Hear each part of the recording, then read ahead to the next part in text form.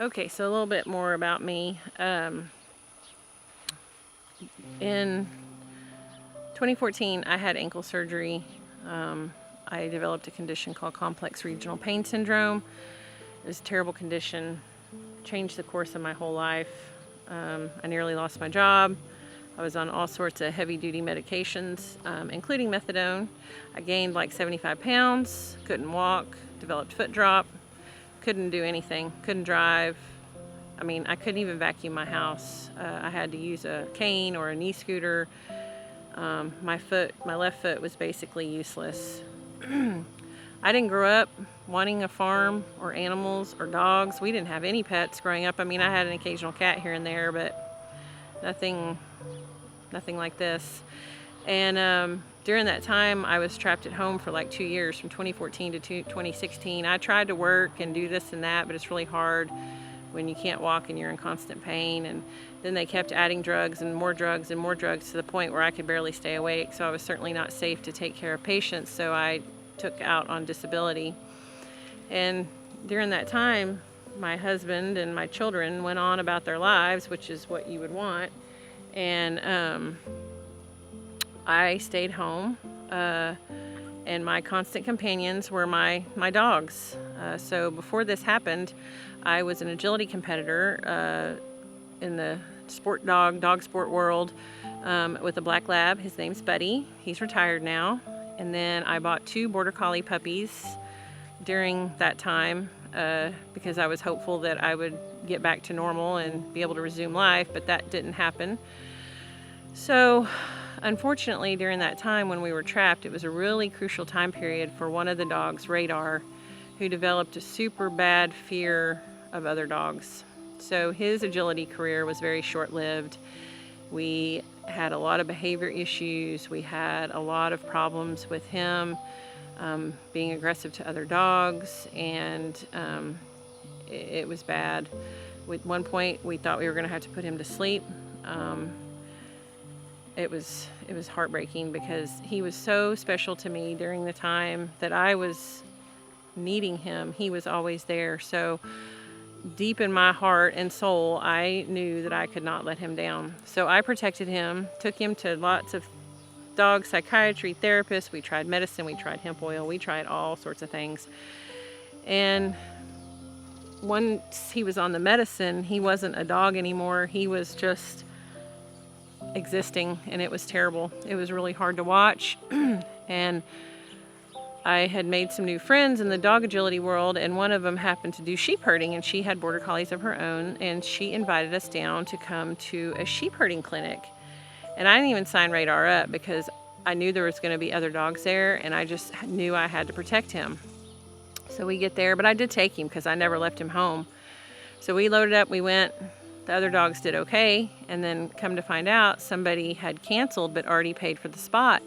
And I had been telling the clinician about Radar, and she said, you know, why don't we give him a shot? And I was terrified. I thought, my God, what if he attacks you? What if he attacks a sheep? What if he attacks another dog? Like, I just had all these things running through my mind, and I was just worried sick. And she said, nope, we're gonna do it after lunch. So we went out there, and I walked him through, made sure everybody else had their dogs put up.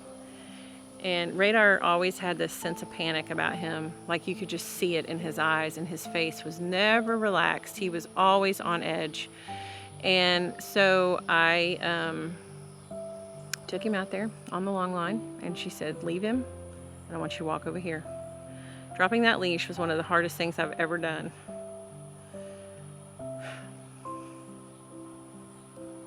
Anyways, so I walked over to the sheep,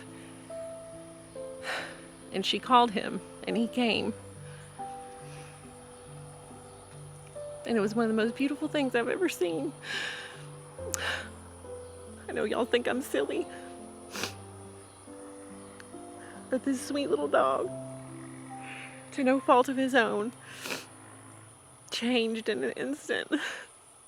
It was the greatest thing I'd ever seen. So right then and there, I knew I had to get him sheep. I lived in the city. I didn't have sheep. So the best I could do was find him somebody close that had sheep and had some knowledge. Anyways, long and the short, we found somebody, which led me down this rabbit hole of a sheep farm, all these border collies, and Radar's still doing great. Anyhow, so that's how I became a sheep farmer slash shepherdess slash the Lone Star Shepherdess,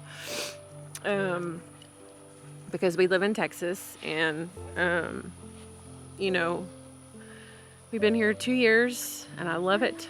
I love my dogs. I wouldn't trade any of it. The heartache, the hardships, all of it, worth it.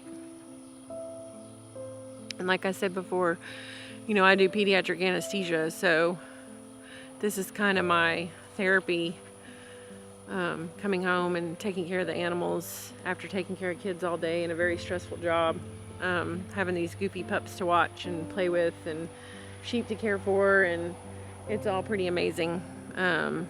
Anyways, that's just a little about me and how we got where we are, but it's a lot more than a sheep farm now. We raise and train border collies. I mean, I don't train them for other people, not yet. I just train my own, and we just started competing with my young dog Doc, who you guys have seen some on the channel, and we had a litter of puppies out of Doc's mama, and then I imported the semen from a dog named Bruce who lives in Ireland. His owner is Patty Fanning from Churchmount Sheepdogs, and Bruce is an amazing dog and has some great lines behind him, and Zoo has some great lines behind him, so we're super excited about the puppies. And I also have Ruby, who is a young girl out of Aled Owens Dogs, also out of Ireland / Wales. And anyway, so we've got a lot of great potential coming up, and so that's why I am who I am.